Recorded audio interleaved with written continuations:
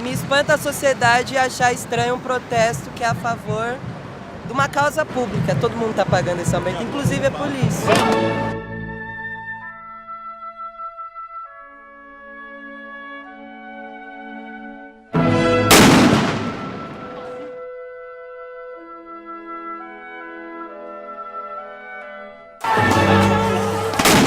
Eu vi ele mirando em mim, mas eu jamais achei que ele fosse atirar. Porque já tinham mirado em mim outras vezes naquela noite. Ninguém tinha atirado. Eu tava fazendo meu trabalho, eu sou mulher, enfim.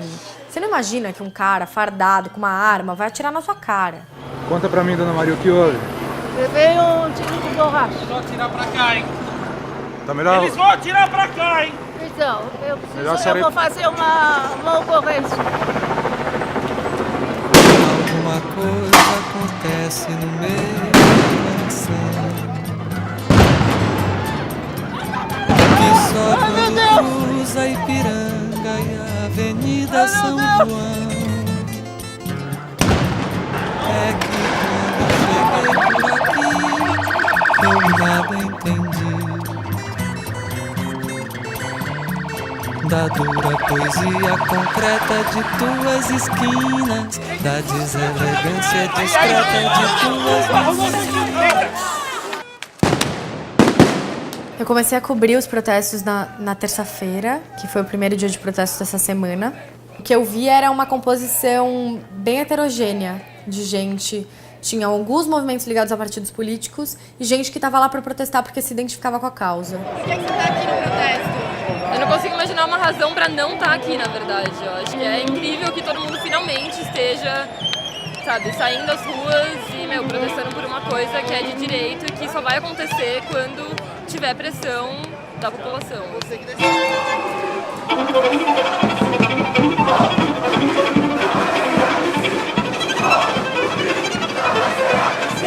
A maior parte das pessoas que estavam lá eram estudantes, era de estudantes, mas eu também encontrei algumas pessoas mais velhas que estavam protestando, porque algumas pessoas que até disseram, eu não ando de ônibus, mas a questão não é essa. A questão é protestar porque o transporte público tem que ser um direito de todos, e numa democracia a gente precisa lutar pelo direito de todos. Eu tenho carro e tô aqui. Eu acho que todos também, porque quem tem carro acaba criando um congestionamento terrível. Às vezes deixaria o carro em casa se o transporte fosse de qualidade. Boa parte dos manifestantes não estava a fim de violência e não agrediu a polícia em nenhum momento, mas tinha uma pequena parte que estava ali na frente, que estava puxando um confronto, um conflito com a polícia, e que a polícia revidou e eles entraram em conflito, especialmente ali a partir do momento em que eles chegaram no terminal Parque Dom Pedro.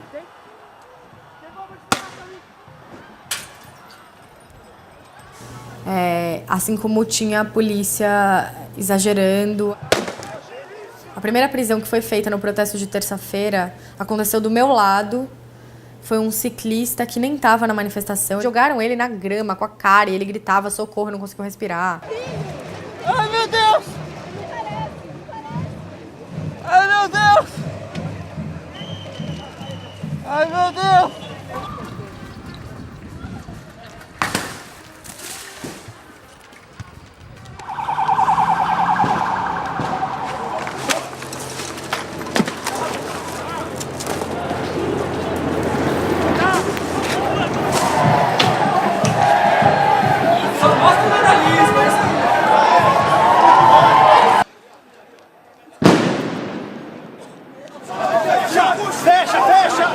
Gente, chama a ambulância! Chama a ambulância!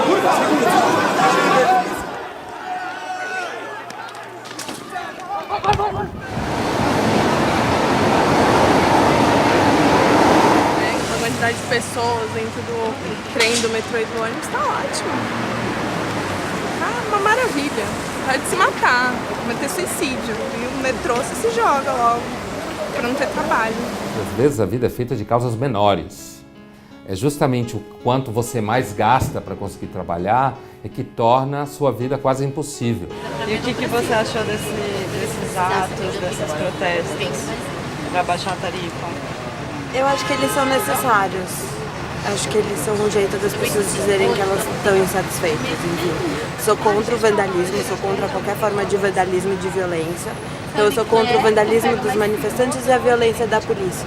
Mas eu acho que se é isso que a gente precisa para se fazer ouvir, é isso que a gente tem que fazer. O grande vandalismo que existe é o vandalismo metropolitano. Esse, para mim, é o vandalismo cotidiano. O cidadão, numa cidade como São Paulo, ele é vandalizado o tempo todo. Ele é vandalizado por ficar 3 horas no trânsito, é vandalizado por andar em volta do Rio Pinheiros, do Rio Tietê, é vandalizado pelas ciclovias que as pessoas atropelam, ele é vandalizado.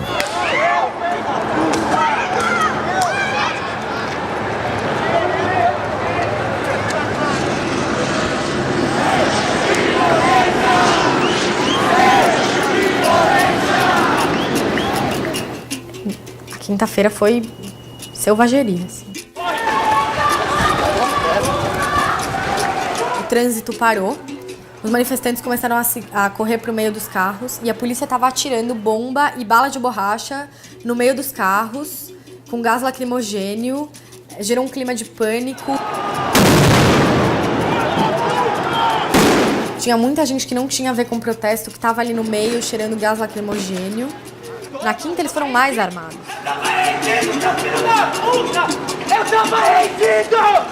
Na quinta, você tem fotos e vídeo dos policiais jogando um spray de pimenta na cara de fotógrafos que estavam trabalhando. Não houve em nenhum momento, acho que isso precisa ficar muito claro, o interesse de impedir a cobertura jornalística desse evento. A tropa de choque não foi feita para dialogar. Aí você tem que chamar sociólogos, psicólogos. Não é uma tropa de choque, tropa de um diálogo, não é para dialogar. Fica aí, cara! Me espera! Fica aí! Me espera! Não! Violência! Não! Violência!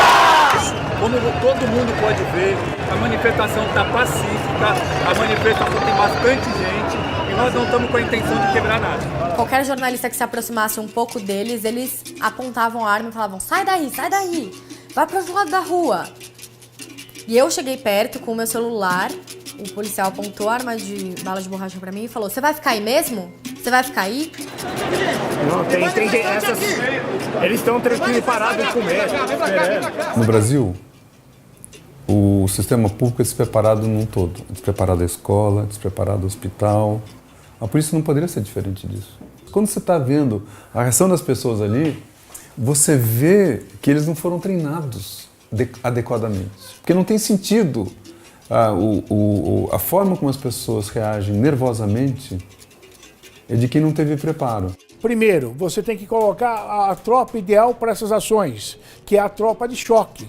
Que o próprio governo, tanto de PT e PSDB, não gosta de falar, mas é real, nós fomos treinados para isso.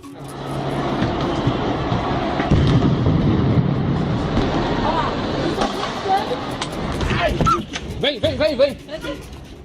Não, Reinaldo, o senhor admitiria que houve algum tipo de excesso de policiais militares durante as manifestações? Porque a mídia e televisões e nós mesmos na TV Folha temos dezenas de imagens de manifestantes e jornalistas que não estavam agredindo ou xingando a polícia e que foram objeto de tiros de bala de borracha, bombas de gás lacrimogênio. O que o senhor tem a dizer sobre isso? Bom, a Polícia Militar ela não admite excesso de conduta. A Polícia Militar ela está acostumada a cortar na própria carne.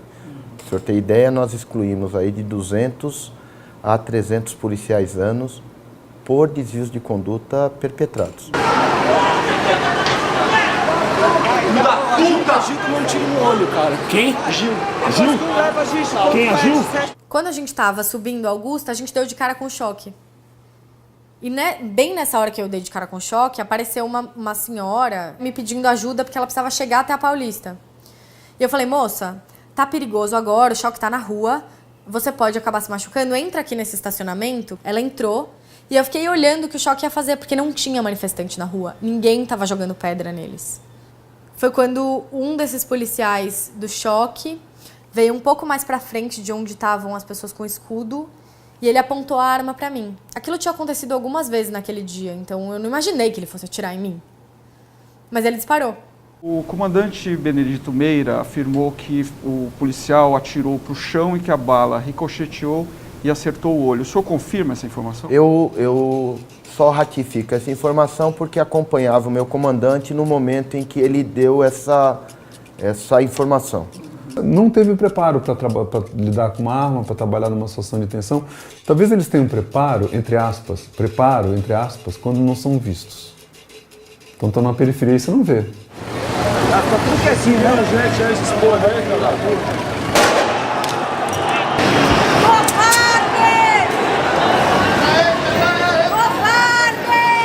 Nós temos várias imagens que foram registradas de policiais militares na manifestação que não estão com uma identificação, como essa que o senhor está usando. Isso é normal que isso ocorra? Não. Várias imagens, não. Muitos policiais sem identificação.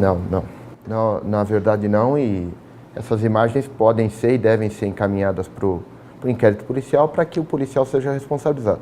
O anonimato na polícia militar, e assim como nós gostaríamos que o fosse entre os manifestantes, haja vista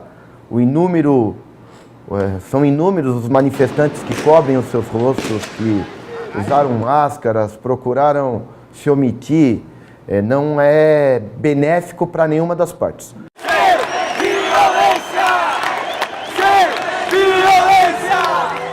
Pode ser muito saudável que a gente pegue o hábito aqui de começar a reclamar das coisas. O aumento da tarifa de ônibus é um pretexto. Digo isso não no sentido de diminuir, mas de uma certa forma ao contrário, de aumentar a relevância do que está acontecendo. E estamos num processo lento e trabalhoso, mas que poderíamos imaginar que fosse um projeto de melhoria, pelo menos econômica, do país, e pelo menos isso é a imagem que nós temos. Se francês quebra metrô na França, tem uma causa. Se aqui vai gente e quebra metrô na Paulista, é vagabundo que não quer trabalhar. Talvez se fosse francês é mais chique e a gente chamasse de ativista. A opinião pública pode não gostar da baderna, mas ela está junto com o sujeito. É por isso que eu digo que eles estão representando o maior, porque a opinião pública poderia falar assim, olha, é vandalismo, eu não aceito, não apoio, não quero saber, Não foi isso. A opinião pública, em geral, falou assim, olha, esse protesto, ele tem uma base legítima.